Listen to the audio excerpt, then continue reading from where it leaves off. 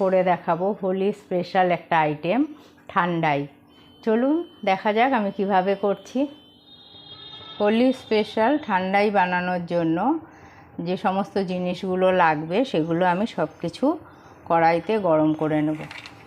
এর জন্য লাগবে আমার প্রথমে চীনাবাদাম। আমি চীনাবাদাম দিয়ে দিলাম। বাদামটাকে একটু নাড়িয়ে নেব, সব হালকা গরম করে নেব।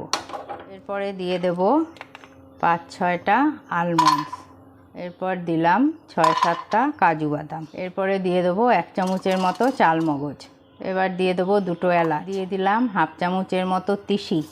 এবার দিয়ে দিলাম 1 চামচের মতো মৌরি, 1/2 চামচের মতন পোস্ত। দিয়ে দেবো 4-5টা গোলমরিচ। আমার এগুলো হয়ে গেছে। একদম হালকাভাবে নাড়া হবে, 2 মিনিটের জন্য নাড়লেই এটা হয়ে যাবে। এখন আমি এটাকে নামিয়ে নেব। এখন এটা একটা প্লেটে আমি ঢেলে নিচ্ছি। এখন একটু 5 থেকে 7 মিনিট আমি ঠান্ডা হতে দেব। তারপরে আমি মিক্সিতে এগুলোকে একটা পাউডার মতন বানিয়ে নেব। ঠান্ডা হয়ে গেছে, এখন আমি মিক্সিতে ঢেলে দিচ্ছি। পাউডার রেডি, আমি এখন প্লেটে ঢেলে নিচ্ছি। আমার পাউডারটা তৈরি। এখন আমি ঠান্ডাইটা বানিয়ে নেব। মিক্সির মধ্যে আমি পাউডারটা করেছিলাম, এটার মধ্যেই আমি এই পাউডার 2 থেকে 3 চামচ দিয়ে দিচ্ছি। দিয়ে দিচ্ছি 250 গ্রাম দুধ। এটা আবার মিক্সিতে একটু ঘুটে নেব। এখন গ্লাসে দিয়ে দেবো আন্দাজ মতো চিনি। আপনারা যেরকম মিষ্টি পছন্দ করেন এই বুঝে চিনি দেবেন। এখন দিয়ে দেবো আইস কিউব। এখন এটা ঢেলে দেব।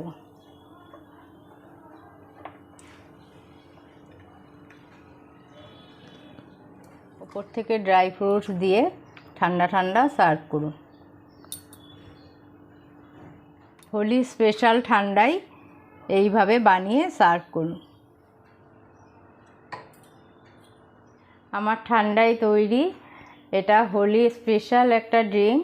এটা খেতে দারুণ লাগে। আপনারা অবশ্যই ট্রাই করবেন আর আমাকে কমেন্টসের মাধ্যমে জানাবেন কেমন লাগলো।